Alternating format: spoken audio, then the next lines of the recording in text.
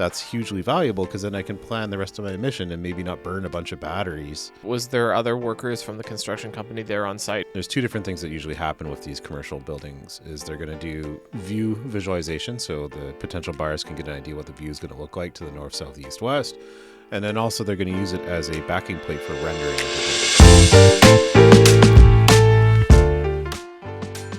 Welcome to another episode of How Did You Get That Shot here on the Coastal Drone Podcast. This is one of our kind of favorite styles of video to do, and today Ian's got another cool capture that he got on a job, and we're going to find out how he got that shot. The reality is the weather's crap outside. We can't go and get new content, so we're going back and looking at shots that we've done in the past for other commercial jobs, and we're going to walk you through how to do it, how to get ready for it, and any kind of interesting stories or anecdotes that we've had in the process of planning or executing the job. Mm-hmm. So for today, we're going to talk about what kind of shot that we're looking at, and we're going to, this is another two-parter, so the first one of these was a two-parter. This is also going to be a two-parter. Yeah. In this one, we're going to talk about what kind of shot that was the client request, and then we're going to talk about performing the site survey for this shot.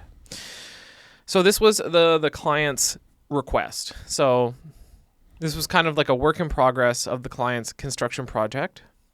And the client asked, or what the client wanted was to show potential buyers what the view, there's an apartment building that was getting built. Yeah, multi-story complex. Yeah, they wanted to show people who were purchasing because, as people are probably aware, most of the units in an apartment building in a condo are sold before the shovels are even in the ground. Yeah. So they wanted to show potential buyers what the view from these new units would look like. And what they asked for were spherical panoramas at different altitudes of the area around the job site. Yeah, because they're going to use these for rendering out. Well, it's not only going to be for visualization of the view on the floor. So let's say this, I can't remember this. So this job was done in 2022, just to some context here, because it'll probably be relevant through our conversation as well. But let's call it a 40-story building. I think that's reasonable. And it's in King George area, which is downtown Surrey, British Columbia. This building is like mostly built now. I think so. Yeah. We could probably go look. And we won't be specific about it, but the idea was there's two different things that usually happen with these commercial buildings is they're going to do view visualization so the potential buyers can get an idea what the view is going to look like to the north, south, east, west. And then also they're going to use it as a backing plate for rendering of the building. So they'll have virtual sky. Yeah, technical drawings, virtual sky, architect renders or something like this. Exactly. So it's a relatively easy job to do as a drone pilot, and it can be relatively good pay. It's a pretty straightforward process in terms of planning and executing. So the idea is we're going to walk through the planning side, and then we'll assume the execution happened. We'll talk about some caveats there, and then a little bit of the second half of this is definitely going to be more post-processing, which is actually not really required for this job. We did just delivery, so. Not to shoot our next episode down before it even launches, but we're going to go through the site survey parameters. This is very similar to what we did last time. I'm going to ask Ian some questions about the site survey process, the process that he went through to plan this operation.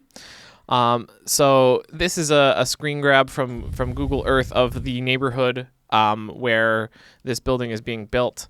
This is This area of downtown Surrey has seen a lot of redevelopment in the last, probably 5 years. It's it's an important neighborhood in terms of the Greater Vancouver Regional Plan, and there's just a lot of construction happening in this area. So, Ian, for this operation, boundaries of the area of operation, are you just flying over the job site, or are you taking it out further away from the? For this one, it was pretty much the job site. Very simple. We're starting with doing spherical panoramas, essentially. So fly straight up at multiple altitudes or elevations, not really moving from the location. So one spot. But the client request was they wanted, let's say, I think it was either 5 or 10 different levels at multiple stories. So at ground level, ground level, 3rd story, 5th story, 10th, 20th, 30th, something like that. I can't remember how tall the building was, but it was like no higher than 400 feet, first off. So as we're doing this, we're probably going to remember how many feet there are in a story, but I think it's like 10 to 15 feet in a story. It depends. Yeah.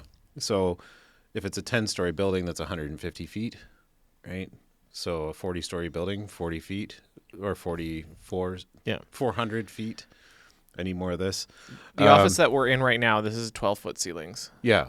Yeah. So there's going to be variety based on it. And newer modern construction is definitely higher. So anyway, 400 feet was my upper limit for my boundary. And then my horizontal was 300 feet from the point of origin, right? We're talking about a singular straight up and down telephone. Like if you had a 400-foot pole, you could do this job. So type of airspace and the applicable regulatory requirements. So this is a shot from the VTA, and you can see this is the downtown Surrey area. You can see this is the area that we're talking about is actually north of the helipad here in this area. This red line is King George Boulevard, and then the Petula Bridge is over here. So it's in this area. And what you can see is that this area at the surface is Class G uncontrolled airspace. So, which is a little like from the screenshot, just to when you're looking at a VNC, so a visual navigations chart, or VTA in this case. Yeah, this is a VTA. It's easier to see when you have more information. So take a step back on a chart and you'll see relevance because it's going to show you everything around. When you're zoomed in like this, you're just looking at yellow, you may miss something. So on my screen right now, I have the just general basic view of map.nav drone in satellite mode. And this is really where I would have started the job, is punch in the address. Yeah, we're going to take a look at nav drone on the next one. Okay. So the type of airspace and the applicable regulatory requirements. So this is the same neighborhood with the map drone overlay. You can see that there's this orange overlay. Now this was in the advanced mode. So in advanced, an orange overlay is a caution. Yeah, and by default, nav drone switches to basic. Yes, which is, I wish there was a way you could set a cookie and it would just always, but by default, it always, even if you're logged in, goes to basic. So the regulatory requirements for this operation: advanced pilot certificate, and if you were using a drone over 250 grams, this would require an advanced pilot certificate because this is a really busy area. Yeah. The likelihood that you would be able to fly this operation without flying within 30 meters of a bystander is basically zero. Yeah. So this was a Mavic 3 that we were using. And the reason we used the Mavic 3 is it shoots 20 megapixel raw photos with that 4/3 sensor. So of the drones in our fleet, it was the most practical with the biggest sensor that was good for doing good high quality still raw photos. From an airspace perspective, it doesn't require the advanced certificate, but it's because of the bystander effect. Yes. Or the effect of bystanders. Not only that, so on your screen, your pin is more or less, I think, in the spot. It was in Wally, so I think you're pretty much in the area. Yeah, I put the pin at the SkyTrain station. Okay, so it's east of where the pin actually is. But it's like there's a Burger King and there's an open green lot on my screen that I'm looking at, and that was basically where the spot was. It's interesting. It's still in satellite an open green lot, so maybe the building never happened, or. Anyways, that was the center of my spot, and so when I click on that in Nav Drone, as you've mentioned, it's Class G airspace because there's no, and the easy and clear way in Nav Drone to see that is there's no grid. Right. There's no overlying circles. There is, however, an overlying red circle as a basic pilot, and it's saying it's Surrey Memorial Hospital, Charlie Victor Sierra 3, and it's a type as a civil heliport. And then it gives me some basic contact info and the fact that it's an uncontrolled airport. Yes. So I know it's still uncontrolled airspace, but it's a heliport. And so the distinction between basic and advanced operations in uncontrolled airspace is if you are within 3 nautical miles of a certified airplane aerodrome or an airport, you must have an advanced pilot certificate. And if you are within 1 nautical mile of a certified helicopter aerodrome or a heliport, as it is called, you must have an advanced pilot certificate. Yep. So 2 reasons why this requires an advanced pilot certificate. I think I said 1, but it's 2. Yeah. So, yes, the proximity to people within 100 feet, absolutely, right? The best you can do is, well, so the Mavic 3 with an advanced pod certificate without a parachute. This is 22. The fly fire didn't exist at the time, and now it doesn't exist again. So we'll just ignore that. But the best I could do would be to fly down the center of a 4-lane road. Yes. And avoid any intersections where there's potentially people standing. Yes. So but it didn't matter for this job. 16 and a half feet was perfectly fine. So, question for you. Yeah. There is a common misconception for newer drone pilots that there is a regulatory requirement to contact the operator of an uncontrolled airport or heliport when operating in the vicinity. I'm glad you mentioned that, Finn. That's a great question. It's almost like we primed this. So, CARS 90173 is it operations in the vicinity of a certificated aerodrome. Certified. Shut up. Our certified aerodrome, CARS 90173, has the requirement that you must follow an established procedure. Now, there's two versions of this established procedure, and we'll get to that in a minute. You were talking about permission.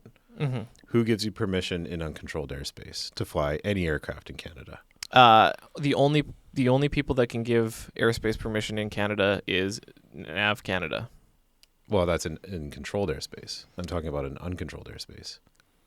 It's a rhetorical question. Okay. The king. Technically, NavDrone also gives you permission for Class G airspace. They have just designated some airspace as being a no contact. What? Oh, you're you're talking about like from a Class E no contact, or that's because that's still controlled airspace. NavDrone doles out airspace. Let's not get into this. Okay, you don't need to talk to anybody to get you don't need to talk to anybody to fly in Class G airspace. That's correct. The Ministry of Transportation, Transport Canada, has set out privileges that allow uncontrolled airspace operations for drones as long as you comply with the laws. There is no ad hoc permission required to fly in Class G airspace as long as you're not trespassing. Right? That's ground. That's not airspace. So the reason we're talking about it here is over the last few years, this has kind of bounced all over the place. And we're talking about CARS 90173, the operations in the vicinity. In 2022, there was not a passage in the AIM that clarified the established procedure. It just basically said you had to have an advanced certificate and follow the established procedure. It didn't say anything else other than that. Yes. And I was actually talking to someone who did helipad certification for TC, and he said that often these helipads actually do have established drone procedures within, like established, but they're not in the CFS and they're not published. So you have to contact them to get a copy of it. Yes, you'd have to contact them to get a copy of the established procedure. That's not really fair. No, if you think about it. I expressed that seemed a little bit challenging. Yeah. So let's talk about this. So for this scenario, let's bring it back. We're within 1 nautical mile of Surrey Memorial Hospital. I did my due diligence in 2022, and I reached out and informed them that I would be flying in the area. And that went from me informing them to, I need to grant you permission. Please send me your license. Please send me your insurance. Please send me your registration. Please send me your flight plan. Please send me this, that, right? Next of kin, firstborn, everything. And I was polite, and I wouldn't say I complied. I sent some stuff because I didn't want to be a barrier to my customer getting the job done, right? Even though I knew they were wrong, I still played along, but being very conscious of the fact of who I am as president of Coastal Drone and worrying about the precedent that sets and implying that. So I played along, I guess is the best way to say. But at the same time, the reality of it is I didn't need to. I didn't even need to contact them because the language in the 2023 onward AIM says that you follow the established procedure, and It says should. You should should contact them. you should contact them if, and this is me interpreting it, there's a caveat that if you are an actual hazard to aviation. So if you are on the extended center line of a runway, if you are within the pattern altitude, then that's where it becomes more than just a should.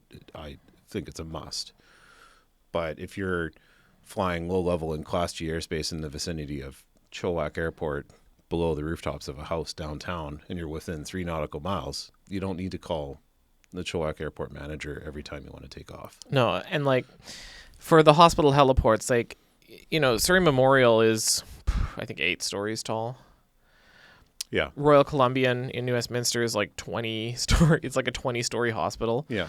Like we're talking about you're at the very, very edge of their zone. Yeah. Of that 1 nautical mile bubble, and you are well below any altitude that a helicopter would be at. Yeah.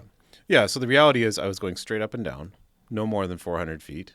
We're in a built-up area, so any transiting aircraft should be 1,000 feet above ground, or at minimum 500 feet above ground if you consider it not a built-up. But your slide, that was yellow, which is technically a built-up area.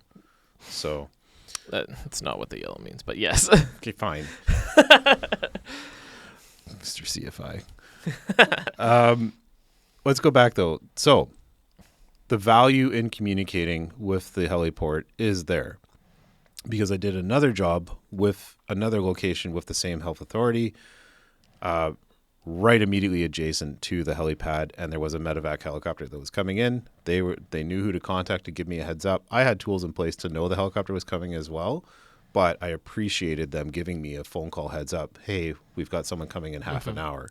That's hugely valuable, because then I can plan the rest of my mission and maybe not burn a bunch of batteries, because I was doing multispectral survey on that one.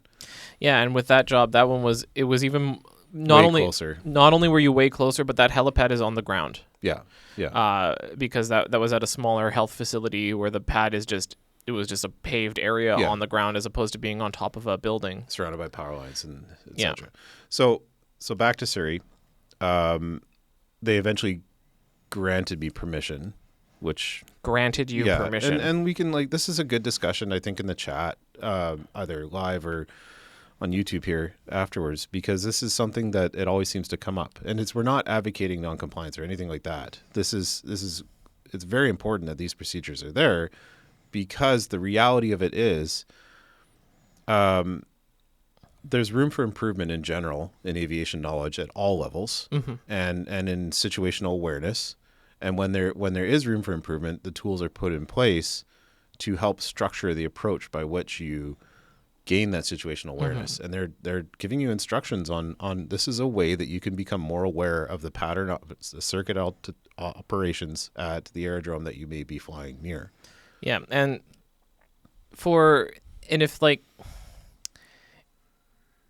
if there are established procedures, because from what I can understand, if an aerodrome or a heliport becomes certified, whoever is in charge of that is allowed to establish procedures for drone operations. Yes.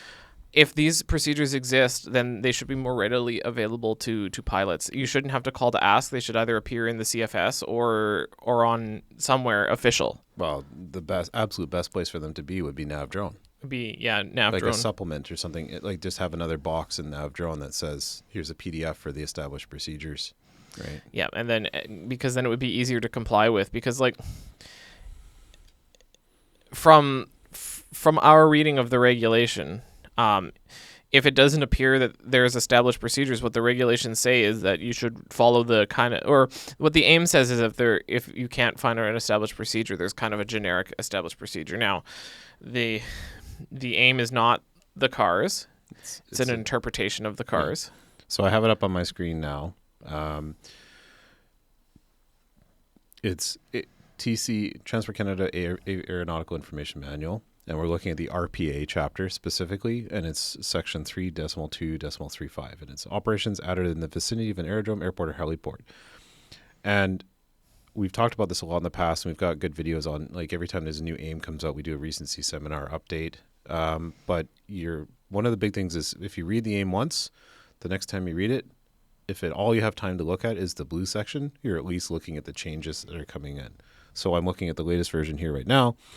There's a further definition at the end of 3235 here that says an airport means an aerodrome in respect of which an airport certificate issued under subpart 302 of the CARS is enforced. So that just means an airport is an aerodrome.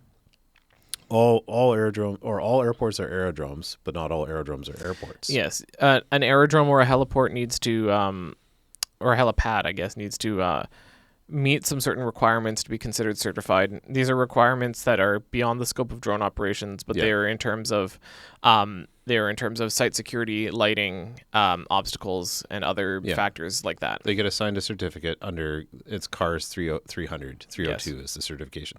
So what they're saying in here though is, if you're looking at an airport on the CFS, if it says in the operator section, reg, cert, or mill, those are the three kind of indicators you're looking for, and there's three different types. So registered means it's a registered aerodrome. It's in the CFS. It has a name.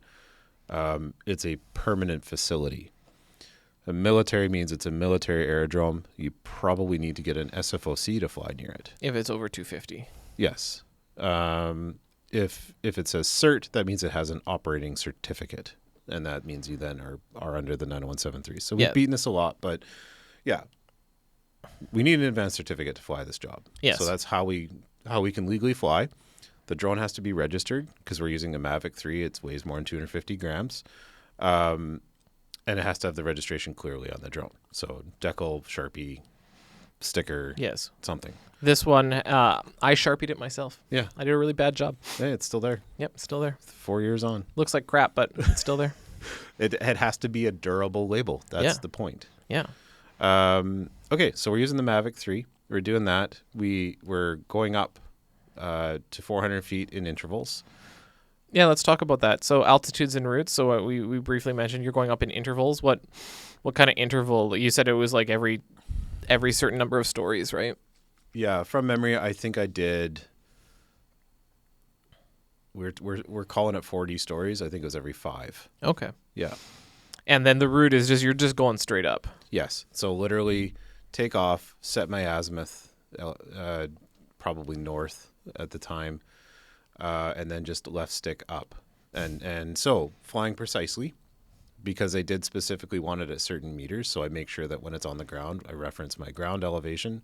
And then I had a notepad going at the same time that I would have a shot list on so that I would know, okay, I need 10 meters, 20 meters, 30 meters, 40 meters, all the way up to 100 meters, basically.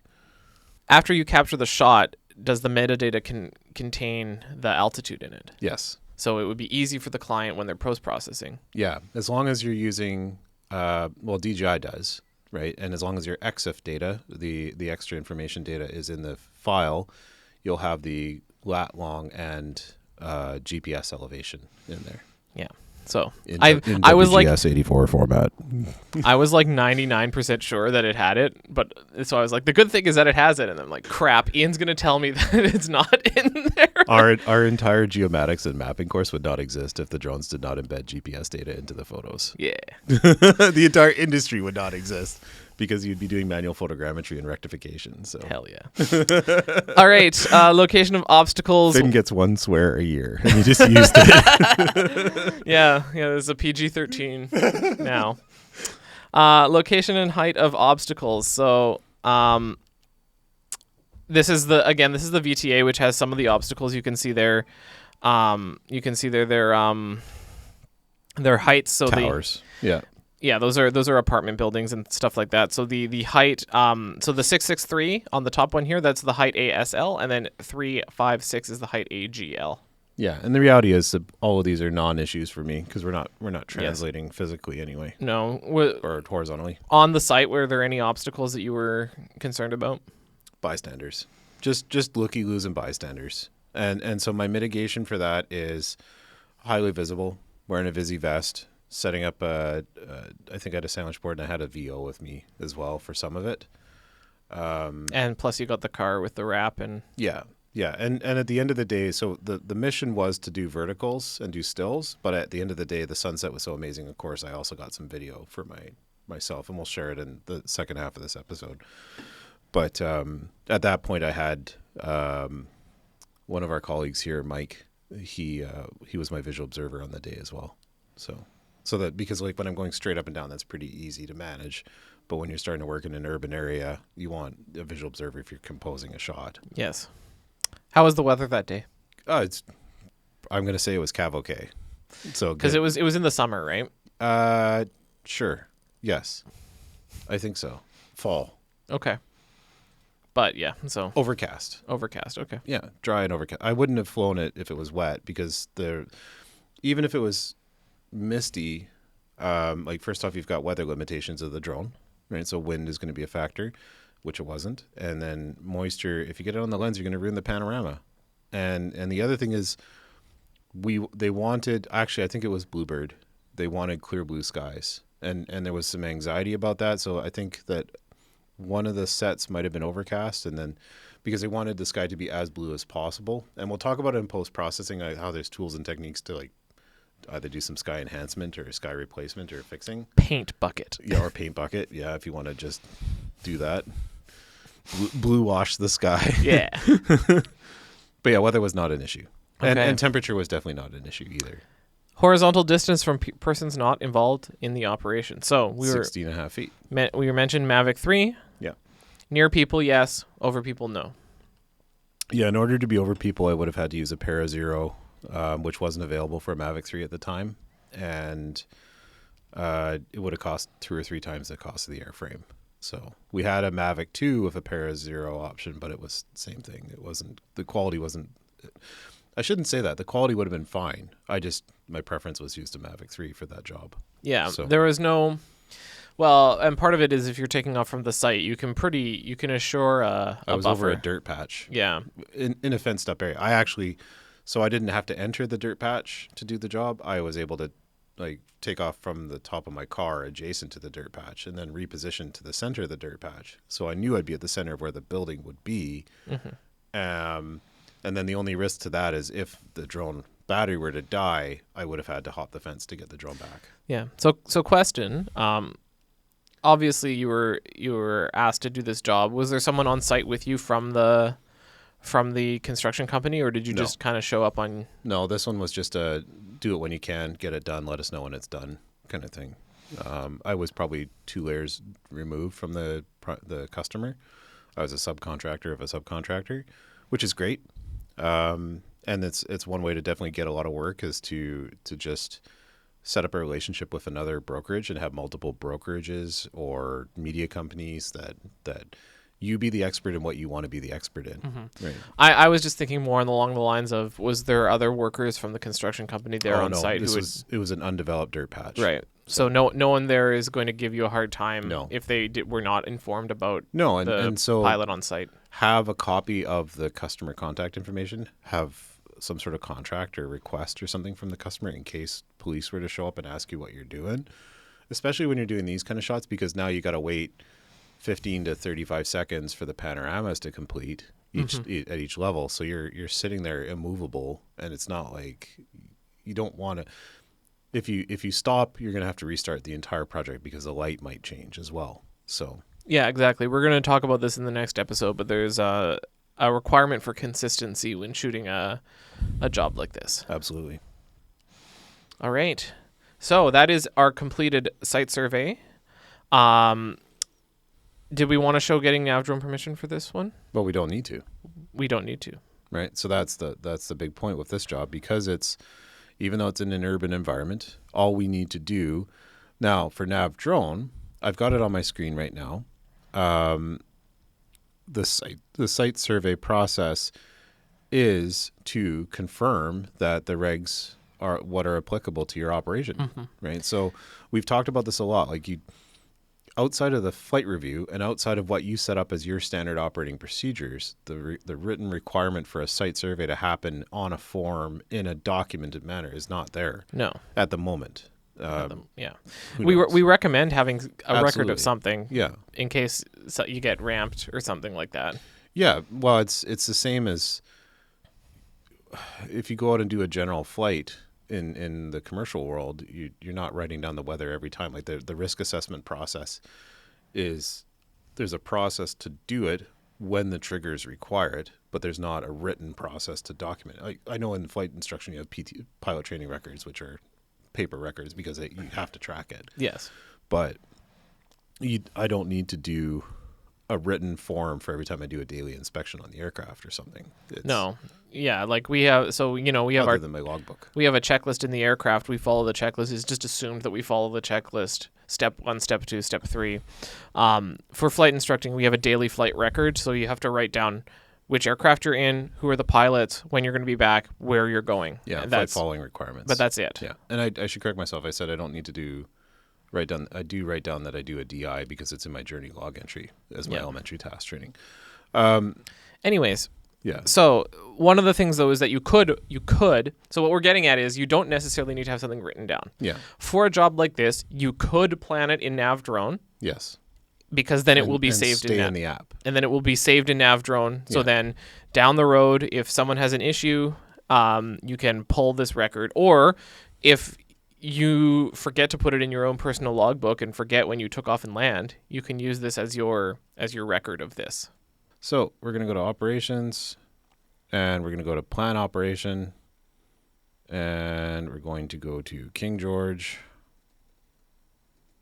That's probably close enough. Yep.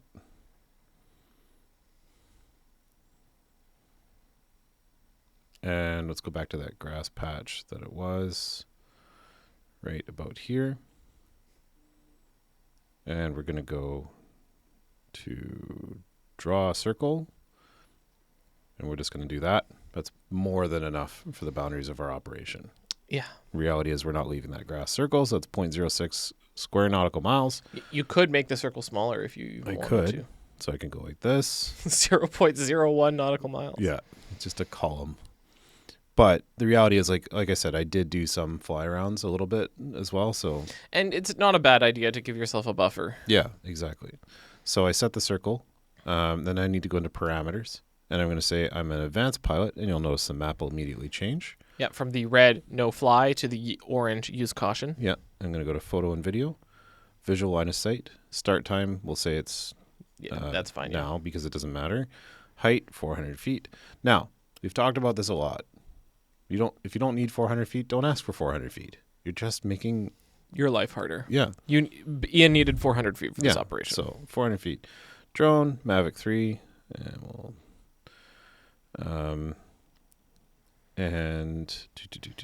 drone pilot.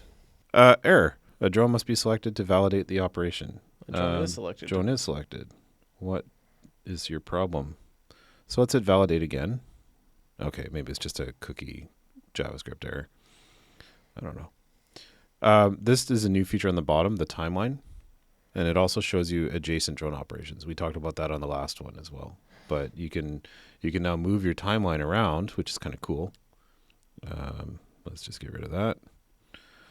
So like if I wanted to do now, and remember we talked about we needed 3 different times a day for this job. We needed morning, noon, and sunset. So I could save this job and clone it. And then now I have the 3 plants.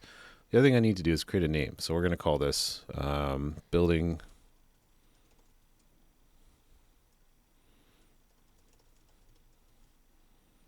AM, and we'll say it started at 10. This time of year, that's sunrise. So.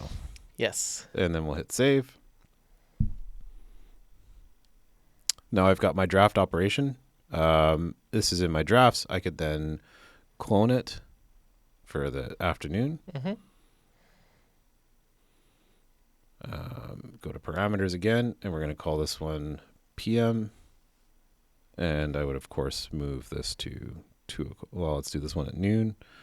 So we'll call this one noon. And we'll hit save. And we're going to copy it one more time. And we're going to say it's from 4 to 5, because at this time of year... It's already an hour after sunset. It is also dark AF. Sunset. Now, does NavDrone show you sunset time in the weather brief? I think it does, which is actually could be useful for this conversation. Okay, So I have the 3 operations, and it's showing me the most recent one that I saved. Are there tasks and warnings that we need to do? Well, there's one warning here. It says you request operation within a distance 1 nautical mile center of a certified heliport. Conduct the operation in accordance with the established procedure with respect to the use of drones applicable to the heliport. Mm-hmm. So This is what we talked about earlier. Yeah. Go to the CFS, see if there's an established procedure, or contact them. But that's a whole can of worms. There is no tasks required because there's no airspace permission required for this. Flights. This is where you would log your takeoff and landings if you're using the takeoff and land now button in the app.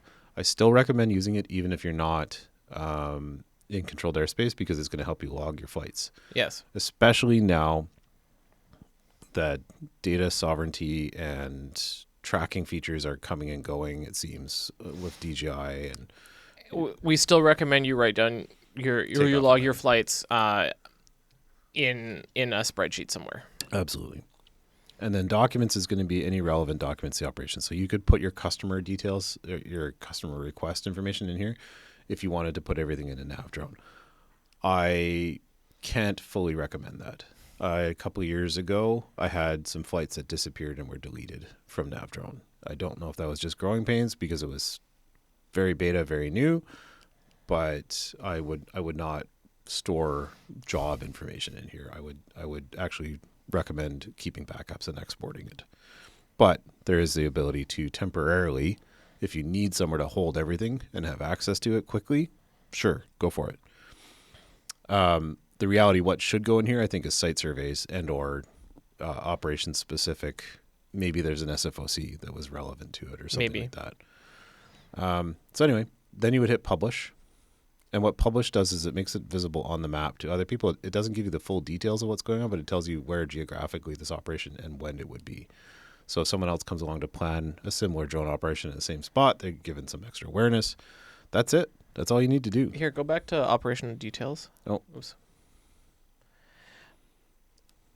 So because the one thing I want to show, actually, maybe beside the zoom to takeoff, there's the arrow. If you click that, and click on flight report. Yes. So one of the things that we can bring up is DJI unlocks. There will be some spots in controlled airspace that require a DJI unlock. Actually, that's a really good point. We should confirm, is there one in this spot? This authorization request report, which has tons of information on it. But this can be, if you need to request from DJI an unlock, you can use this form. But yeah, let's go to FlySafe and let's confirm whether or not we need one. It's always something that kind of gets missed, and it is an important thing. And then you show up on the job site, and it requires an unlock. You look like it. Okay, so Geozone information. Where do we go? We're on DJI FlySafe website. We want to choose Canada. We want to choose the type of drone that we're flying. I don't think it really matters, the type of drone, because it's other than the software is what the differentiation is. And then we're going to go to King George.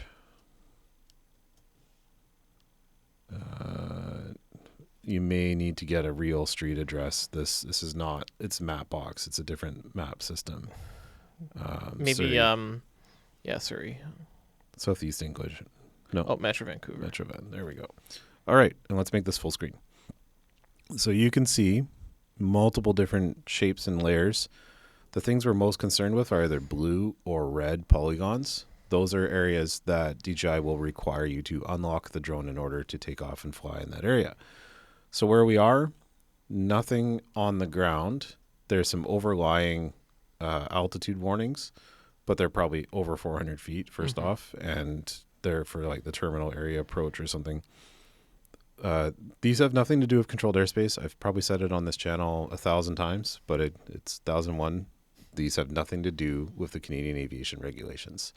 This is a Geozone file that DJI has decided that we are going to prevent you from flying in this area because it's considered high risk. Yep. Not anything to do with legality.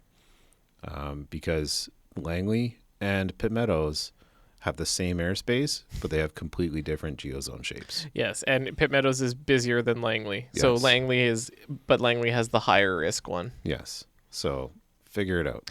Anyways, that flight report that we showed you if you needed to fly in a red zone, you could use that as your request. Yeah, it's your proof As your proof. that you are allowed to fly there based on the regulations. So that's this operation planned. Yep. Now, in our next episode, we're going to talk about some of the factors for executing this plan, and Ian's going to show us how to take this panorama and edit it into a nice photo. Yeah, so we'll go out, fly the job, and then we'll come back in and edit it.